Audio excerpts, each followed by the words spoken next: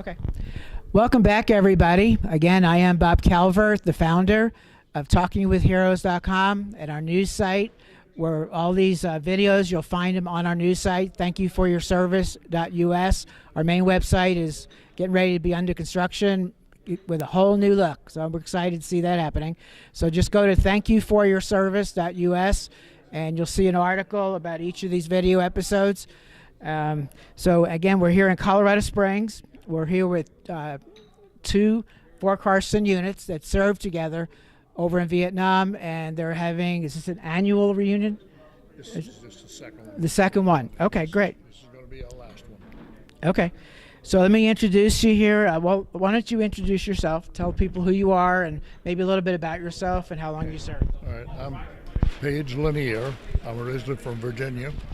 I've been out here in Colorado now since 1971. I came from Korea, second short tour, and have my family here. Part of it is here, part in Portland, Oregon area. And I entered the Army in 1960 as a private, and I rose up through the ranks and attended OCS and graduated in 1966 from Field Artillery OCS, and immediately joined the 2nd and 77th Field Artillery, where I was a forward observer with Alpha Company, Triple Deuce, 2nd and 22nd Mechanized Infantry. And I spent 6 months in the jungles doing that, and then I came back to the headquarters, joined headquarters and headquarters battery as a munitions officer. And I did that under the command of Lieutenant Colonel, who went on to become the general of the Joint Chiefs of Staff, General Ronald, under Ronald Reagan. We had the honor of serving with General Vesey, who was the Joint Chief of Staff then. So I come from a very large family, and I think we're down to about half of us now. I was a dozen of us kids to start with, and so attrition has taken its toll, and we're not as young as we once were. Yeah. So, but I look back on my time spent in the military, and I tell these young soldiers today, because I visit them quite often, they're not going to do anything today we haven't already done. So you and Corky served together, right? Yes, we were. We were both in the same battery at the same time in Vietnam. Yeah. Do you have any particular story that you want to share with people? Not in particular. We had a job to do. We were trained to do a job, and we did our job, and I think we did an excellent job at that. One of the things is that we had trained together before leaving the U.S. going to Vietnam, and so once we were in country, we all knew what each other was supposed to do, and so our attrition wasn't as bad as it was when we started getting replacements in. And once we started getting replacements in, they weren't trained with us, and they didn't know how we operated, and so we lost a lot of those guys. And we lost some guys from our original unit that went over, and wasn't anything we could control, and we get in the battle, and that's where we were. Cool. So what did you do after you got back? Well, you were in a total of 13 years. Yes. Okay. I left the service after I came from Vietnam to Fort Bliss, Texas, where I was in a headquarters battery as a commander, and training the sergeants in particular on a new program called Chaparral Vulcan. And I was there for about 2 years, a little better as a commander. And then I went to the Field Artillery Advanced School back to Lawton, Oklahoma at Fort Sill, where the home of Field Artillery is. I had declared my branch to be Field Artillery, so they sent me to the career course, and I finished it, and then I did a tour in Korea in 1970-71, and was on the DMZ, and I was a battalion S2, so I was in and out of the demarcation area up to the MDL, and that was good duty. I enjoyed it. As a matter of fact, I did a little bird hunting over there in that country too. Yeah, well, I did pheasant and deer, and I enjoyed that. That was good. It was a good break from being in a semi-combat situation. You know, we were We had to do combat briefings every morning, just like you're in combat itself. And even though we weren't being fired at as much as our brothers in Vietnam were at that point, it was still a very risky assignment to do. So, but I did it and enjoyed it. I came back from there in 1971 and was stationed here at Fort Carson. And I was here until till November of 1972, and I left the service and went into business for myself.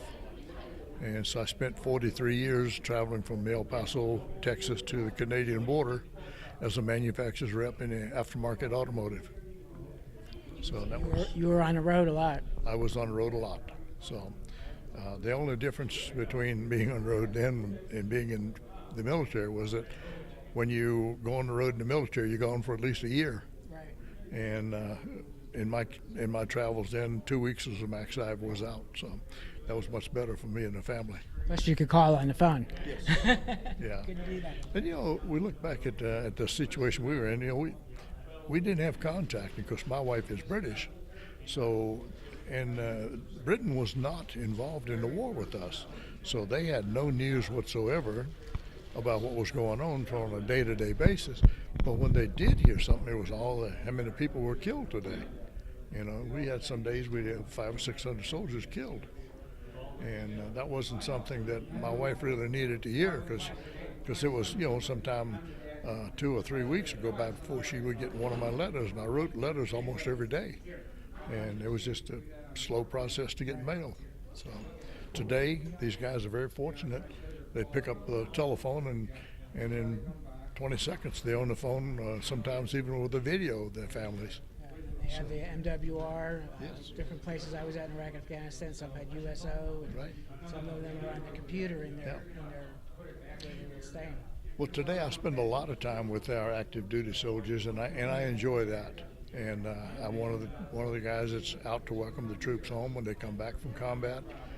We don't want to happen to them what happened to us when we returned, and so I'm always out at the post at Fort Carson here to welcome the soldiers home. I'm a Vietnam veteran, and I belong with the troops, and we do a lot of work with the soldiers to make sure that they're getting the things that they need. We're there to greet them when they come home from combat, and we congratulate them for their job well done, and they do a good job. Our soldiers today are good soldiers. Yeah. Well, great. So is your family here, or are they scattered? My wife is here. My 2 daughters are here. I did have a brother that lived over in Craig, Colorado. However, he sold his business and moved down to Arizona, where it's much warmer climate than it is here. But my 2 daughters, one lives here in town, and she's got grandkids of her own. So I have great grandkids as well as the 2 daughters. My youngest daughter lives in just south of Portland, Oregon, and she has 2 boys. At the moment, they're 10 and 12 years old, but pretty quick the young one will be 11. So 15 months between the 2 of them. And like boys, they're a lot of fun to be around at that age. So they come in and stay sometimes. In summertime, they'll stay a couple of weeks at a time. And I take them fishing and camping, and we enjoy it. Great. Yeah, I have 4 grandchildren, 2, 4, 10, and 12. And here. Great-grandchildren. Or excuse me, 5 You have great-grandchildren. 5 great-grandchildren. Yeah. Right. Wow. Yeah. Talk a little bit about this reunion. You were here last year? Yes, I was. What's some of the things happen? I know you have speakers. I know that we have some World War II veterans going to speak. I think one of them's 103 or something. We try to mix up the people that we have. Of course, we were very fortunate last year, not last year, but year before, is in 2015. That was our 48th year, and this is our 50th year. So this is the last year we will have a reunion like this.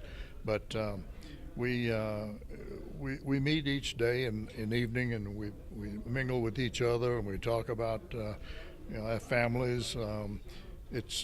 We don't get into the gory side of things, and we never have. We don't want that. We want to be able to enjoy ourselves and talk about our families and talk about our friends and and we are all friends. We belong to each other, and it's a situation where that some of us have kept in touch with each other for the 50 years since we were in combat together.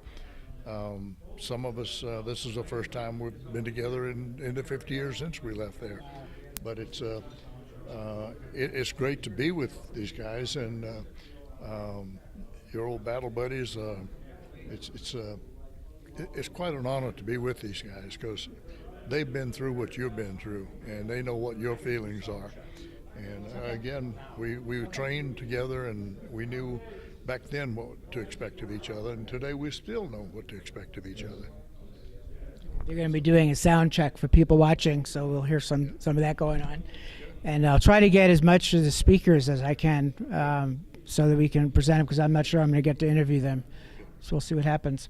Okay, well, before we close this segment, would you like to look at the camera and give a shout out to our troops? Yeah, for those of you who still are serving in combat, may God be with you and protect you, and hope you come back to us safely. Thank you very much for your service. Great meeting you. I look forward to seeing more of what happens tonight. Thank you for what you do. Absolutely. Well, folks, once again, we're here at Colorado Springs. We're here with two different Fort Carson units that served together in Vietnam. And please share these videos. If you like what you see, let everybody know about it. And we'll be back with more from Colorado Springs with Fort Carson units from Vietnam. Thank you very much.